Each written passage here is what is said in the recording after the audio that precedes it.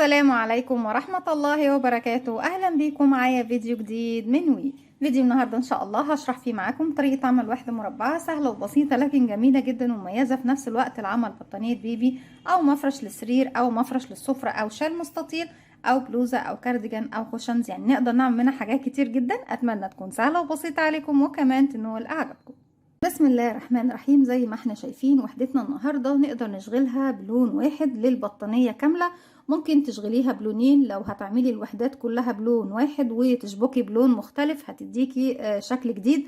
لو هتشغلي الوحدات بمجموعة ألوان يعني كل مثلا 10 أو 20 وحدة هتشغليهم بلون والباقي والعشر الوحدات التانيين بلون تاني وهكذا، العشرة الباقيين بلون تالت وهكذا. تقدري تستغلي كل مجموعة الألوان اللي انت حباها وتشبكيهم بلون مختلف عنهم هما تماما، يعني مثلا الابيض او الاسود تجمعي بيه كل الوحدات دي مع بعضها. طيب الوحده يا رندا انا ممكن اشغلها باكتر من لون وهتدينا شكل مختلف تماما عن الشكل اللي احنا شايفينه دوت اللي هو بيكون بلون واحد. ليه؟ لانك بتشغلي لما بتيجي بتشغلي بلونين. تداخل الالوان في الوحده دي بيكون في لونين، بتشغلي السطر الاول والتاني والتالت والرابع بلون وتشغلي بقية الألوان اللي فوق بلون تاني. طيب لما نشغل الأربع سطور الأولى بلون هتديكي شكل الزهرة، يعني هتديكي شكل الوردة اللي احنا شايفينها في المنتصف، وحواليها هيكون باللون المختلف اللي انت هتشغلي بيه.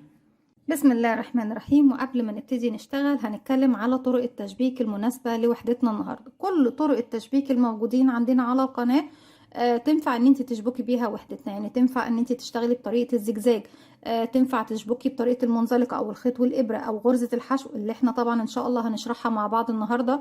ينفع كمان نشبك بطريقة السلاسل، ممكن كمان نشبك بطريقة اللي هي الحلقة اللي بنسحبها من الغرزة اللي قصادنا.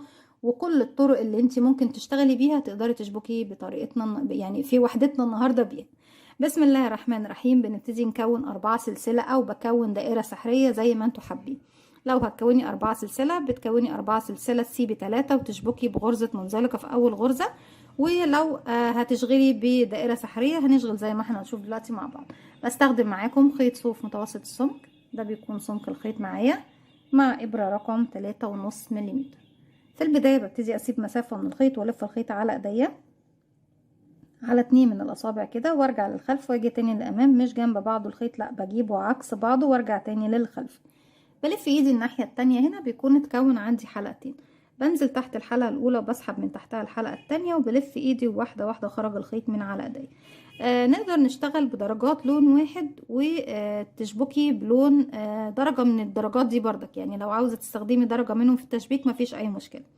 كده بكون خرجت من على الرابطه اللي على ايديا. اتاكد بقى ان طرفين الخيط داخل الدائره السحريه الموجودين عندي. طرف خيط البدايه بتحافظي عليه عشان نقفل بيه الدائره السحريه في النهايه، اما طرف الخيط المتصل بالشلة ببتدي ارفعه على ايدي عشان اشتغل. قبل ما اشتغل داخل الدائره السحريه لازم نقفلها، لو جيت اشتغل دلوقتي هتفك معايا. بيكون عندك على الابره حلقه، بسحب الخيط وبخرج منها بغرزه سلسله. خيط البدايه شديه، ضيقي المركز شويه عشان تعرفي تشتغلي، ما تكونش واسعه معاكي قوي ومشدود الشغل معاكي. طيب هبتدي ارتفع سلسله كمان على السلسله اللي قفلت بيها، وهعتبر الاتنين لا شيء كانهم مش موجودين قصادي ابدا. هعتبرهم بس مجرد سناده توصلني لارتفاع مقارب للغرزه اللي هشتغلها وهي غرزه العمود بلفه. هدخل اشتغل 12 غرزه عمود بلفه داخل الدائره السحريه. بيكون معايا على الابره حلقه، بلف لفه واحده لانه عمود بلفه واحده، بدخل فراغي اسحب الخيط واخرج، معايا 3 حلقات. هسحب الخيط وبخرج من حلقتين، يتبقوا 2 هسحب واخرج من حلقتين. يبقى كده عمود 2 3 وبكمل لغاية ما بيكون معايا 12 عمود بلفة. هكمل وارجع لكم. رجعت لكم تاني وزي ما احنا شايفين كده بقى معايا بسم الله 1 2 3 4 5 6 7 8 9 10 11 12 غرزة عمود بلفة. نبتدي بقى الخيط اللي هو خيط البداية للدائرة السحرية، ببتدي اسحبه واشده بالشكل ده، وهبتدي اروح لاول غرزة اشتغلتها سلسلتين انا ماليش علاقة بيهم نهائي، انا بروح لاول غرزة تحت حرف الفي، بدخل تحت الضلعين واضيف معايا كمان خيط البداية عشان اشتغل عليه واخفيه معايا، واسحب الخيط من تحتهم من تحت الحلقة اللي عندي على الابرة بغرزة منزلقة زي ما احنا شايفين بالشكل ده. طيب السطر التاني بيكون عندك واحد من خيارين، اما انك تشتغلي في كل عمود بيقابلك غرزة كلاستر مكونة من عمودين وبعديها بتاخدي سلسلتين، او انك بتشتغلي عمودين فوق العمود وبعد العمودين بتاخدي سلسلتين. النتيجة في النهاية هتكون مقاربة في الشكل، يعني مفيش فيها اي اختلاف، لكن بتختلف في طريقة العمل، في انك تشتغلي عمودين كاملين للاخر او تشتغلي غرزة كلاستر مكونة من عمودين وبيكونوا الاتنين بحلقة واحدة من فوق. في السطر اللي بعده مش هيكون فيه اختلاف، لكن انا بقول لكم ايه يعني اللي ممكن انتوا تبدلوه وانتوا شغالين. 1 2 سلسلة، وهبتدي اشتغل غرزة كلاستر مكونة من عمودين، لكن زي ما قلت لكم اللي بيستصعب يشتغل غرزة الكلاستر اشتغلي عمودين في نفس الفراغ. هلف الخيط، هدخل فراغي هو اللي قفلت فيه، اسحب الخيط واخرج، هسحب الخيط واخرج من حلقتين، مش هكمل العمود واسيب الحلقة الاخيرة، الف الخيط وفي نفس الفراغ تاني بدخل، هسحب الخيط وهخرج، هسحب الخيط واخرج من حلقتين واخلي الحلقة الاخيرة معايا كده حلقة اساسية، حلقتين العمودين اللي اشتغلتهم لغاية نصهم، بسحب الخيط واخرج من الثلاث حلقات مع بعض، هاخد سلسلتين 1 2 وارجع في العمود اللي بعده اشتغل كمان غرزة كلاستر مكونة من عمودين، وفي كل غرزة بتقابلني بشتغل غرزة كلاستر مكونة من عمودين. 1 كمان مرة في نفس الفراغ، 2 اسحب الخيط واخرج من الثلاث حلقات واخد سلسلتين. ايه بردك البديل في الجزئية دي؟ ان ممكن ازود سلسلة على السلسلتين دول واخليهم 3 سلاسل. ابتدي اكرر لغاية ما بوصل لنهاية السطر، بيكون معايا 12 غرزة كلاستر و12 فراغ مكون من سلسلتين. هكمل وارجع لكم. رجعت لكم تاني كده، خلاص خلص معايا السطر زي ما احنا شايفين. بروح لاول غرزة كلاستر، ببتدي فوقيها بقفل بغرزة منزلقة، وهبتدي امشي بمنزلقة لغاية السلسلتين. طيب فوق السلسلتين الاولانيين هبتدي ارتفع سلسلة واحدة بس واشغل غرزة حشو. بيكون عندك على الابرة حلقة، بتنزلي مباشرة داخل الفراغ، اسحبي الخيط واخرجي، معاكي 1 2 اسحبي الخيط واخرجي منه بغرزة حشو. هاخد 7 سلسلة مسافة، 1 2 3 4 5 6 7. هسيب بقى الفراغ دوت وهسيب غرزة الكلاستر واروح للسلسلتين اللي بعدهم وانزل اشغل غرزة حشو. 4 سلسلة، 1 2 3 4. هنروح للفراغ اللي بعده ونشغل غرزة حشو فوق السلسلتين، كمان 4 سلسلة، 1 2 3 4. وهروح للفراغ اللي بعده اشغل غرزة حشو. 7 سلسلة. انا بصوا يا بنات، مرة بكون 7 سلسلة ومرتين بكون 3، تمام؟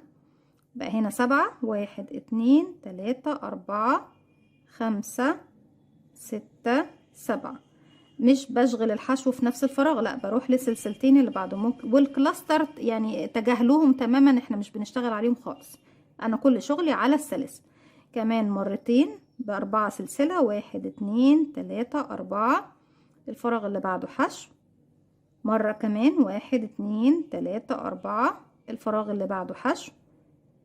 7 سلسلة، 1 2 3 4 5 6 7 وحشو. وبكمل السطر بتاعي كله 1 2 3 4 حشو، 4 1 2 3 4 حشو، 1 2 3 4 5 6 7 وغرزة حشو.